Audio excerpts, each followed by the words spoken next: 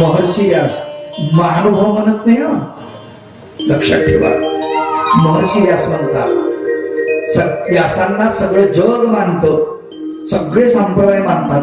ते म्हणतात एको मंत्रस्तस्य नामानि, आणि एकच मंत्र आहे म्हणले जगामध्ये, त्याचं नाव कोणाचं?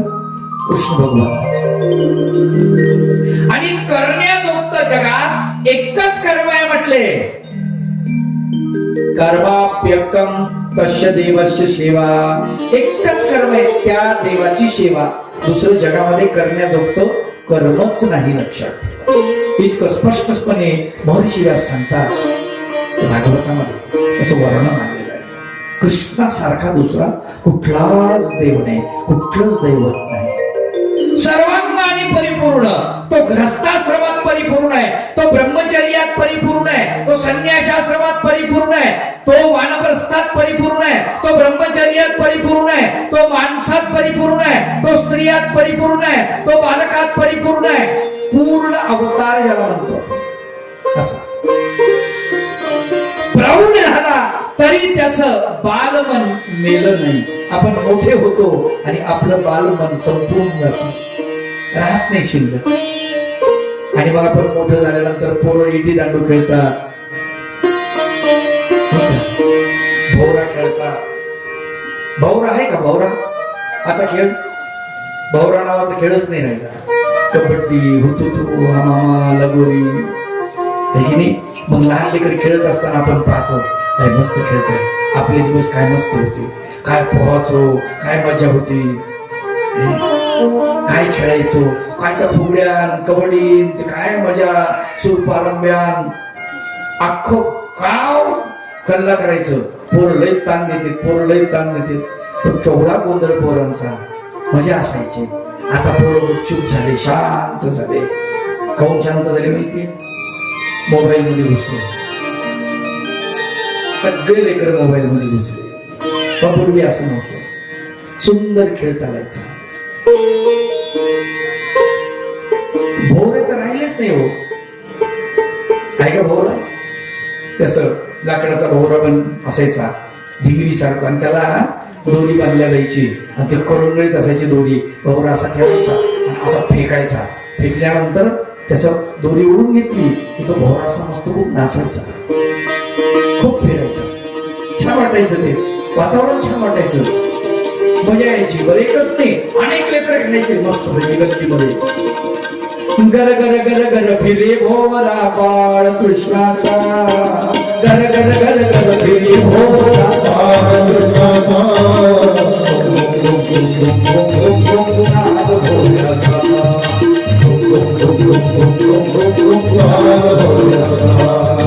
गर गर गर गर फिरे भोवरा, गर गर गर गर गर गर गर गर गर गर फिरे भोवरा बाळ कृष्णाचा, गर गर गर गर फिरे भोवरा बाळ कृष्णाचा,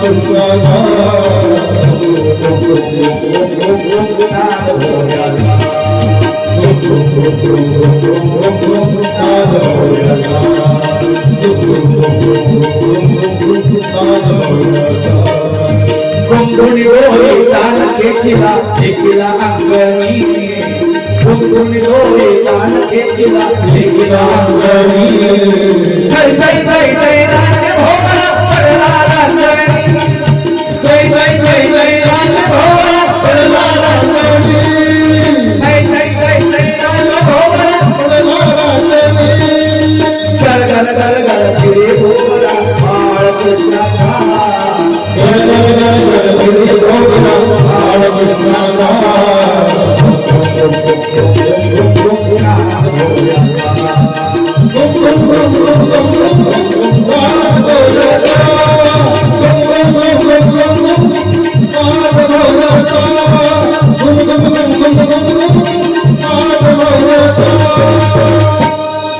काय सुंदर वातावरण होतं. उकडे लागले पोरं फिरायचे, काहीच वाटत नव्हतं. आता 1 वर्षाचं लेकरू, अरे चट्टी घाल चट्टी घाल, काय झाकापाकी करायला आपण, काहीच कळत नाही. निसर्ग आहे माय बापू. लहान लेकराला कशाची लाजन, कशाचं काय, निर्मळ आहे ते, त्याला काहीच नसतं. पण आपण त्याला एवढं हे करून टाकलं आणि इतकं प्रमाण आता बदललेलं आहे. 11 वर्षाचे लेकरं मॅच्युअर व्हायला लागले. बातम्या जर तुम्ही पाहिल्या तुमच्या लक्षात येईल. मागे एक 12 वर्षाची मुलगी, त्या मुलीला मूल झालं. विचार करा आपलं किती अधपतन होते. अरे प्रपंच करू नका असं कुणाचंच बंधन नाही. त्याची एक मर्यादा असते. 20, 22, 25 वर्षापर्यंत लेकरांना अभ्यास केला पाहिजे. वेगवेगळ्या प्रकारचं गुण घेतले पाहिजे. वेगवेगळ्या प्रकारची कला संपादन केली पाहिजे. सिंथ वाजवला पाहिजे, तबला वाजवला पाहिजे, मृदंग वाजवला पाहिजे, विडा वाजवली पाहिजे, फिडल वाजव. वेगवेगळ्या कला क्षेत्रामध्ये, वेगवेगळ्या साहित्य क्षेत्रामध्ये कविता करा, गाणं म्हणा, गीत म्हणा, नृत्य शिका चांगल्या प्रकारचं. इकडे आपलं लक्ष नाही आहे.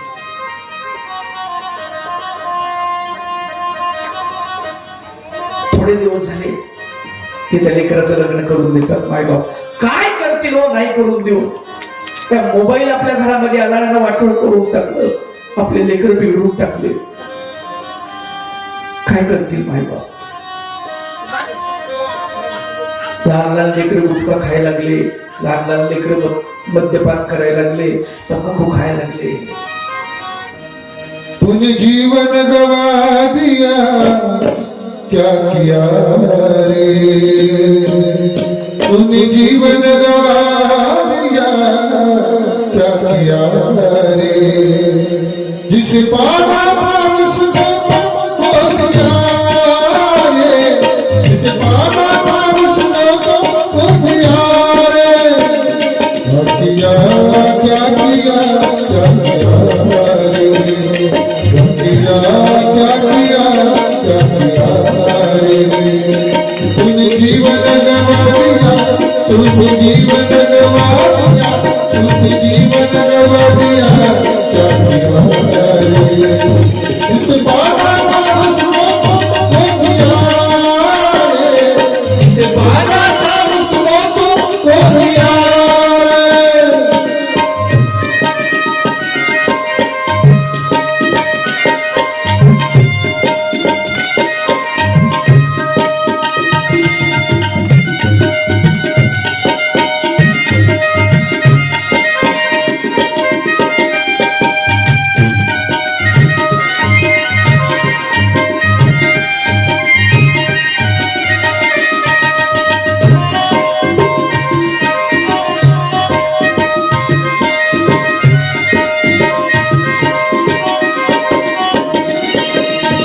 अमृत छोड़ा पिता शराब है, अमृत छोड़ा पिता शराब है, अमृत छोड़ा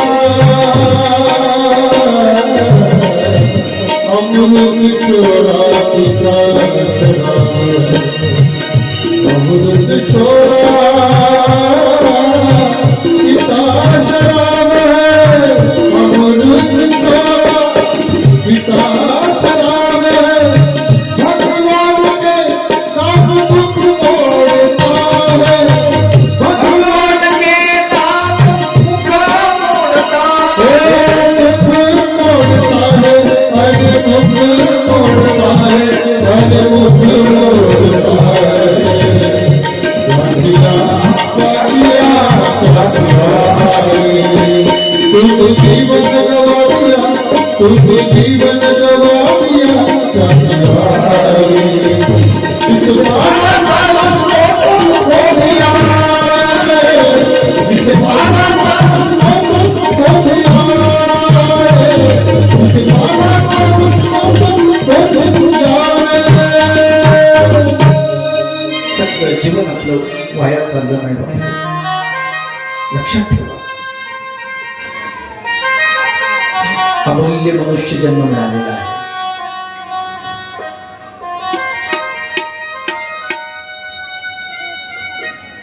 प्रपंच म्हणजे विरंगुळा आहे, फक्त विरंगुळा, टाइमपास आहे. महत्व तुमच्या जगण्याला आहे. तुम्ही कसं जगता,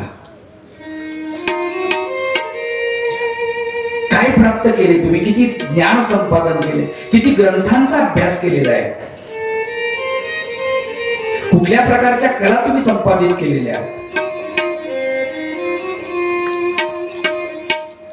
कुठली कला असू द्या, संगीत असू द्या, चित्रकला असू द्या, एक तरी कला आपल्या अंगात असली पाहिजे. तुकडोदर बाबांचं फार सुंदर भजन आहे, एक तरी अंगी असू दे कला, नाही तर काय भुका जन्मला, काही उपयोग आहे मला, एक तरी अंगामध्ये कला असली पाहिजे, हे तुझ्या जगण्याला काही अर्थ नाही. तुम्हाला स्वयंपाक चांगला येतोय ना, टाका तुम्ही ऑनलाईन, तुमच्या पुरणपोळी विकल्या गेली पाहिजे, ऑनलाईन विकल्या गेली पाहिजे. जे तुम्हाला येतंय ना त्याचं मार्केट जे आहे ना, पूर्ण जग तुमचं मार्केट झालं पाहिजे, इथल्या इथं नाही.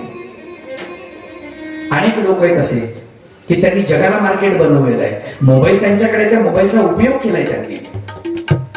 कोरोनाच्या काळात अनेक शेतकरी मुलांनी आपल्या शेतातला जो माल आहे ऑनलाईन त्यांनी घरी जाऊन बरोबर विकलेला आहे, होम डिलिव्हरी केली, वाया नाही जाऊ दिला आपला माल. तुमच्याकडे माध्यम आहे, त्याचा उपयोग करा, फार महत्वाची गोष्ट आहे. परब्रह्म परमेश्वर भगवान गोपाळ कृष्ण ज्यांच्या पोटी जन्माला यायला पाहिजे, ती माता कशी आहे, ते पिता कसे आहेत, याच्याकडे लक्ष द्या. आणि भगवंत केव्हा जन्माला येतात, केव्हा जन्म घेतात, हे भगवंताच्या भाषेमध्ये मी तुम्हाला सांगितलं. यदा यदा हि धर्मस्य ग्लानिर्भवति भारत अभ्युत्थानम धर्मस्य तदात्मानं सृजाम्यहम् परित्राणाय साधूनां विनाशाय च दुष्कृतां धर्म संस्थापनार्थाय संभवामि युगे युगे. प्रत्येक युगामध्ये मी अवतार धारण करतो भगवंत म्हणतात, पण कशासाठी? धर्माची स्थापना करण्यासाठी. जेव्हा जेव्हा धर्माला ग्लानी येते तेव्हा तेव्हा, मग आता धर्म आहे का विचार करा. स्वतः आपण मापात बसतो का धर्माच्या? धर्म शब्दाची व्याख्या काय, किंवा धर्म कशाला म्हणतात?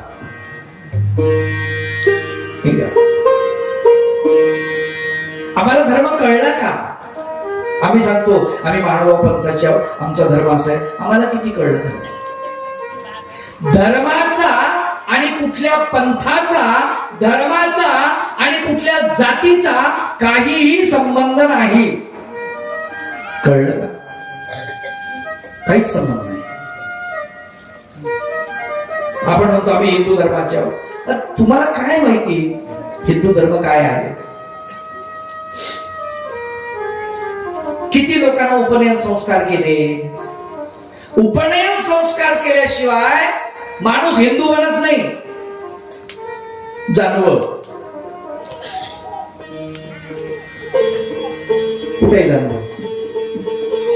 म्हणजे आपण हिंदू आहेत का? हिंदूच्या घरी जन्माला आलो म्हणून हिंदू नाही, लक्षात ठेवा. सगळे शूद्र आहोत आपण. उपदेश घेतल्यानंतर महानुभाव झाला माणूस, अगोदर नाही. महानुभाव उपदेशाच्या पोटी जन्माला आला म्हणून तो महानुभाव नाही आहे. कळलं? वारकऱ्याच्या पोटी जन्माला आला म्हणून तो वारकरी नाही. हिंदूंच्या पोटी जन्माला आला म्हणून तो हिंदू नाही. मुस्लिमाच्या पोटी जन्माला आला म्हणून तो मुस्लिम नाही. ख्रिश्चनाच्या पोटी जन्माला आला म्हणून तो ख्रिश्चन नाही. त्याचे संस्कार झाले पाहिजे त्या धर्माचे त्याच्यावर. ते कुठे झालेत विधिवत? आणि सगळ्या धर्माची संकल्पना एकच आहे, लक्षात ठेवा. केनोपनिषद की छंदोग्य उपनिषद याच्यामध्ये सुंदर वर्णन आलं, एक श्लोक आलेला आहे. धर्माची 10 लक्षणं सांगितलेली. धृती क्षमा दमोस्तेयम शौचमिंद्रिय निग्रह धीर्विद्या सत्यम क्रोध दशकम धर्म लक्षणम. धर्माचे 10 लक्षण आहेत म्हटले.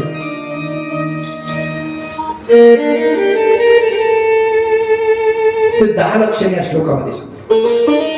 धृती, धृती म्हणजे धैर्य, ज्याच्यामध्ये धीर आहे. आणि धीर काल सांगितलं तुम्हाला मी, वैराग्याचं लक्षण आहे. आम्हाला स्वयंपाक होईपर्यंत दम निघतो, पण ताटामध्ये पदार्थ आल्यावर दम निघत नाही. लगेच घास सुरू. अरे बाबा असं करू नको, आपली संस्कृती नाही. हात जोड, देवाला प्रार्थना कर, देवा भगवंता तुझ्या कृपेने मला जेवायला मिळालेलं आहे. संकल्प सोड कृष्णार्पण म्हणून भगवंताला हात जोड आणि मग जेवायला सुरुवात. तेवढाही दम नसतो आपल्याकडे. आई म्हणते बाळा 2 मिनिटं थांब, उपार दाखवू दे, मग तुला जेव. आई झाला ना स्वयंपाक, काय आहे तुझं? संयम. हे वैराग्य आम्हाला लहानपणापासून शिकवलं गेलेलं आहे. त्याला धृती म्हटलेलं आहे. धीर आहे का आपल्याकडे? धीर. बापाची इस्टेट आपल्या नावानं कधी होते, कधी बाप मरतो, ह्याची वाट बघणं सुरू आहे नाही का? शेजाऱ्याचं पाहतो आपण. आपली संस्कृती नाही आहे ती, लक्षात घ्या. बापाला कारागृहामध्ये टाकून राज्य हस्तगत करण्याची जी वृत्ती आहे ती औरंगजेबाची आहे, आमची नाही. लक्षात घ्या. औरंगजेबाचा मोठा भाऊ दारा शिकोह त्याचं नाव होतं. नाव लक्षात ठेवा बरं का. काय नाव होतं? दारा शिकोह. वेदांचा उपनिषदाचा अभ्यास करतो. यदा कदाचित या भारतामध्ये दारा शिकोह औरंगजेबाच्या गादीवर जर बसला असता, औरंगजेबाच्या ऐवजी, तर भारतामध्ये चित्र जर उलट असतात. सर्वीकडे हिंदू धर्माच्या ग्रंथांचा प्रचार प्रसार झाला असता. पण दारा शिकोहला औरंगजेबानं मारलं, मुंडकं कापलं, परातीमध्ये ठेवलं, त्याच्यावर सोडा टाकला आणि तो आपल्याच बापाला कारागृहामध्ये आहे त्याला भेट म्हणून पाठवलं. त्या वंशाची आवक कापून विचार करा. माता पित्याच्या मरणावर आपण टपलोत का? धीर पाहिजे आमच्या ठिकाणी. धीर. धृती, याला धृती म्हटलेलं आहे. धृती क्षमा, क्षमाशीलता. दुसरं लक्षण सांगितलेलं आहे, क्षमा केली पाहिजे.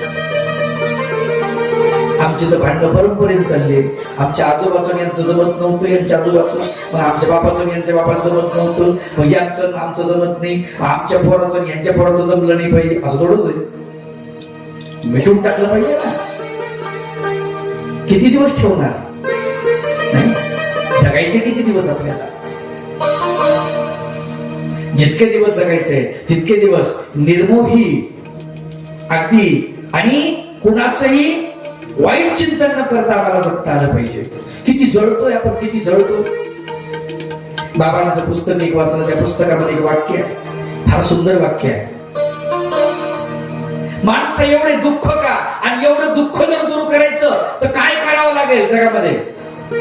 बाबा म्हटले काहीच करू नका, एकच करा, जळणं सोडून द्या. काय? दुःख आपोआप कमी होईल.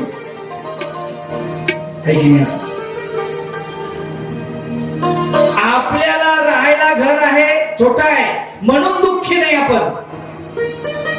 शेजाऱ्याचं घर मोठं झालं म्हणून दुःखी. बरोबर? असंच आहे की नाही? काऊन जळायला गेले, काऊन जळत? जळून जळून हाडं पार वाळून गेले ना आपली. आनंदानं जगा. बघा, मारवाडी माणूस जळत नाही कुणावर.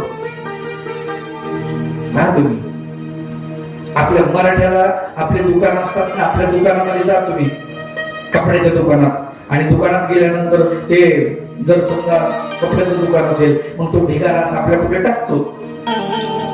पसंत नाही पडलं तर आपण त्याला म्हणतो कसा पाहिजे तुम्हाला. आपली भाषा लगेच बदलून जाते. आपल्या लक्षात येते हे पायऱ्या उतरणार, आता घेत नाही कपडे. आपण लगेच म्हणतो मग तुम्हाला काय पाहिजे? का दिल्लीहून आणायचा कपडा, कामेरीकडून आणायचा, मागाचा कपडा चांगला आहे ना, असं म्हणतो आपण. मारवाडी असं नाही बोलत. त्याच्या दुकानातून जर गिऱ्हाईक खाली उतरलं तर ते म्हणतं, दादा बसा 2 मिनिटं, मी तुम्हाला आणून देतो, तुम्हाला जसा पाहिजे तसा आणून देतो. दुसरी कोण विकत आणणार आणि त्याला देणार. 1 रुपया जरी नाही भेटला तरी हरकत नाही, पण गिऱ्हाईक आपल्या दुकानातून खाली नाही गेलं पाहिजे. हे आहे डोकं. लक्षात घ्या. साध्या साध्या गोष्टी आम्हाला माहिती, आम्ही जळतो. धृती, क्षमा, दमन, इंद्रिय दमन, मनोदमन, देह दमन. कंट्रोल आहे का आमचा? नाही आहे. कशावर कंट्रोल आहे आमच्या? मनावर कंट्रोल नाही, आमच्या बुद्धीवर कंट्रोल नाही, चित्तावर कंट्रोल नाही, देहावर कंट्रोल नाही, काहीच नाही. धर्माचं लक्षण आहे बरं काही. तुम्हाला धर्माचे लक्षण समजून सांगत आहे, फार गरजेची गोष्ट आहे. धृती, क्षमा, दमोस्तेयम. अस्तेय म्हणजे चोरी न करणे. तुम्ही म्हणसाल बाबा आम्ही काही चोऱ्या करतो. मालकाच्या खिशातले गपचूप पैसे काढणे सुद्धा चोरी आहे बरं का. गपचूप काढणे, त्याला सांगून त्याच्या हातून वरवडून घ्या.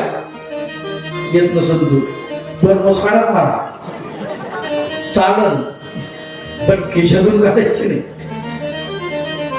खिशातून काढणे म्हणजे चोरी आहे. आलं का लक्षात? आज जबरदस्ती त्याच्याकडून घेतले ना तुम्ही. तुम्हाला काय कळतं, मला घर चालवावं लागतं, मला आमचं करावं लागतं, टक्क करावं. तुम्ही तर मग तिकडे खर्च करत बसता, रिकामी खर्च करता, फालतू गावभर जमा करता आणि चहा पाजत बसता. त्या पैसे इकडं असं भांडून घ्या, पण खिशातून नाही. चोरीच आहे. आलं का लक्षात? हिरे चोर तरी चोरच आणि खिरे चोर तरी चोरच.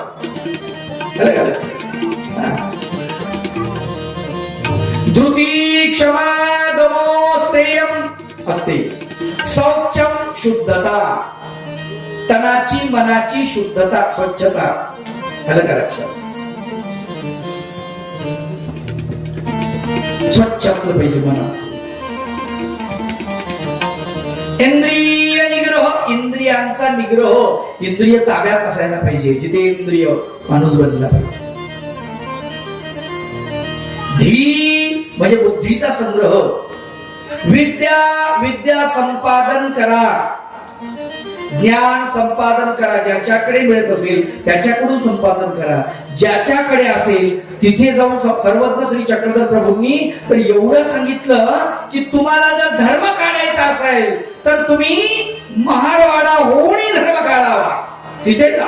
त्यांच्याकडे जर धर्मवान माणूस तिथे असेल एका अंतयाच्या घरी तर तिथे जाऊन तुम्ही धर्म शिका त्याच्याकडून. काहीच अडचण नाही. धर्म तुम्हाला शिकायचा आहे ना, कुणाकडूनही शिका.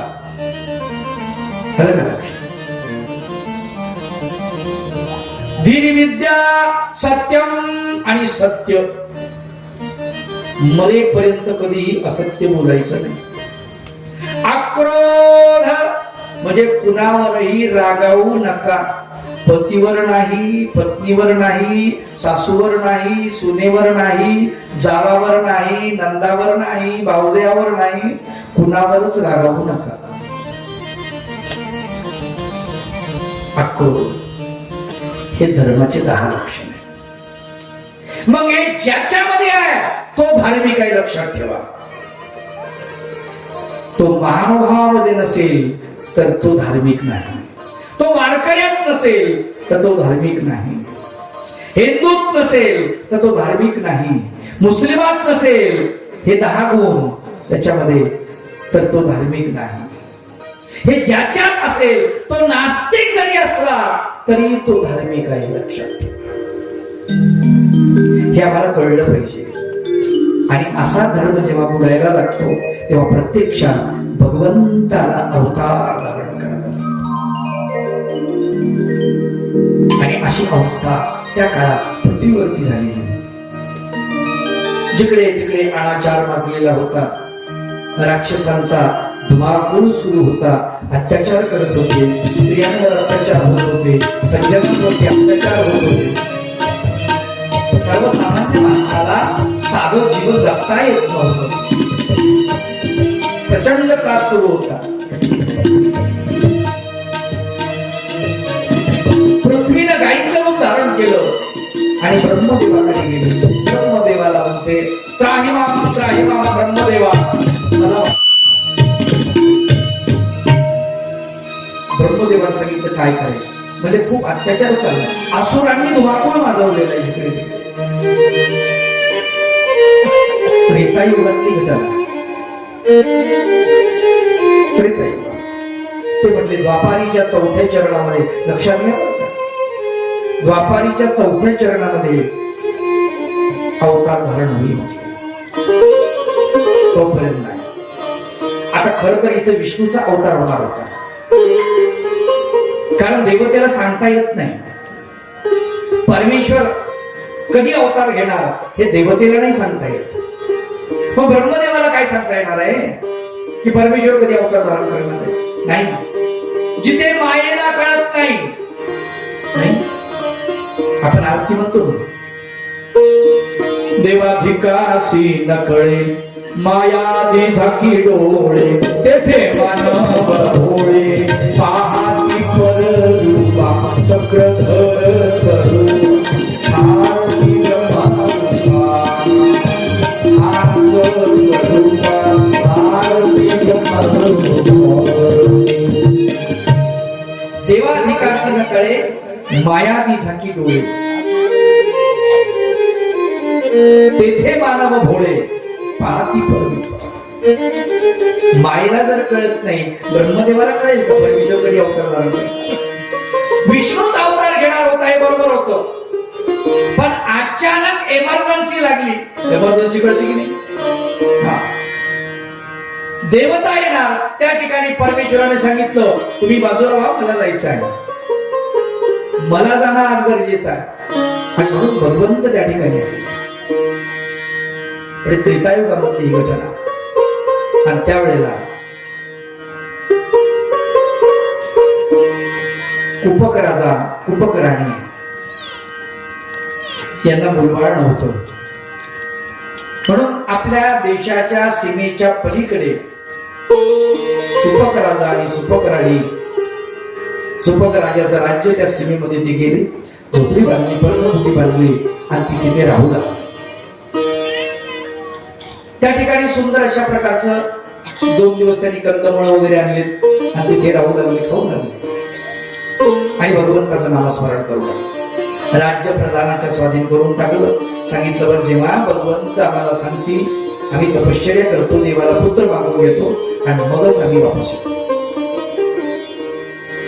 योगायोग असा की सुपक राजा सुपक राणी हे जेव्हा त्या कुपक राजाच्या हद्दीमध्ये जाऊन पर्णकुटी बांधून तपश्चर्या करायला लागले, त्यावेळेला त्या ठिकाणी सुपक राजा सुपक राणी हे बसलेले असताना कुपक राजा आणि कुपक राणी दोघ जण वनविहार करण्यासाठी आलेले आहेत, कोणामध्ये फिरायला. आणि त्यांनी पाहिलं आपल्या राज्याच्या हद्दीमध्ये झोपडी पडली नव्हती, कोण आहे ते? आतमध्ये गेले, चौकशी केली, हा आपला शेजारी राजा. अहो म्हटले तुम्हाला काय पाहिजे? इथे तुम्हाला सगळं आणून देतो, धान्य आणून देतो, दास दासी नोकर चाकर सगळं, तुम्ही निवांत भगवंत करतो. ते म्हटले निवांत करायचं असतं तर माझ्या राज्यामध्ये थांबलो नसतो. काय तुम्ही राजा आहे, तिथे मला नोकर चाकर सगळंच होतं, परंतु मला नोकर चाकर नाही पाहिजे, मला सेवा नाही पाहिजे, मला एकटं जगायचं आहे. पती आणि पत्नी दोघं जण भगवंताचं नामचिंतन करत आम्हाला प्राण सोडायचा आहे, भगवंताला प्रसन्न करून घ्यायचं आहे, म्हणून आम्ही आमच्या राज्यातून सुद्धा बाहेर आलो. ते म्हटले पण एक काम करा, आम्हाला इथं जगू द्या, आम्ही नाही तर आम्ही जातो आमच्या राज्यामध्ये. नाही असं नका करू, तुम्हाला तुमची सेवा काय करू? सेवा करायचीच असेल तर म्हटले साधी भाकर आणि चटणी आम्हाला द्या. ते पण ठीक आहे. राजा प्रत्यक्षात दररोज त्या सुपक राजा आणि सुपक राणीला डबा घेऊन यायचा. कोण? कुपक राजा. दररोज 1 का 2 दिवस 12 वर्षाचा काळ घेतलेला आहे. 12 वर्ष तपश्चर्या केलेली आहे, राज्य सोडलेलं आहे, राजपाट सोडला, सिंहासन सोडलं, सगळं सोडून दिलेलं आहे.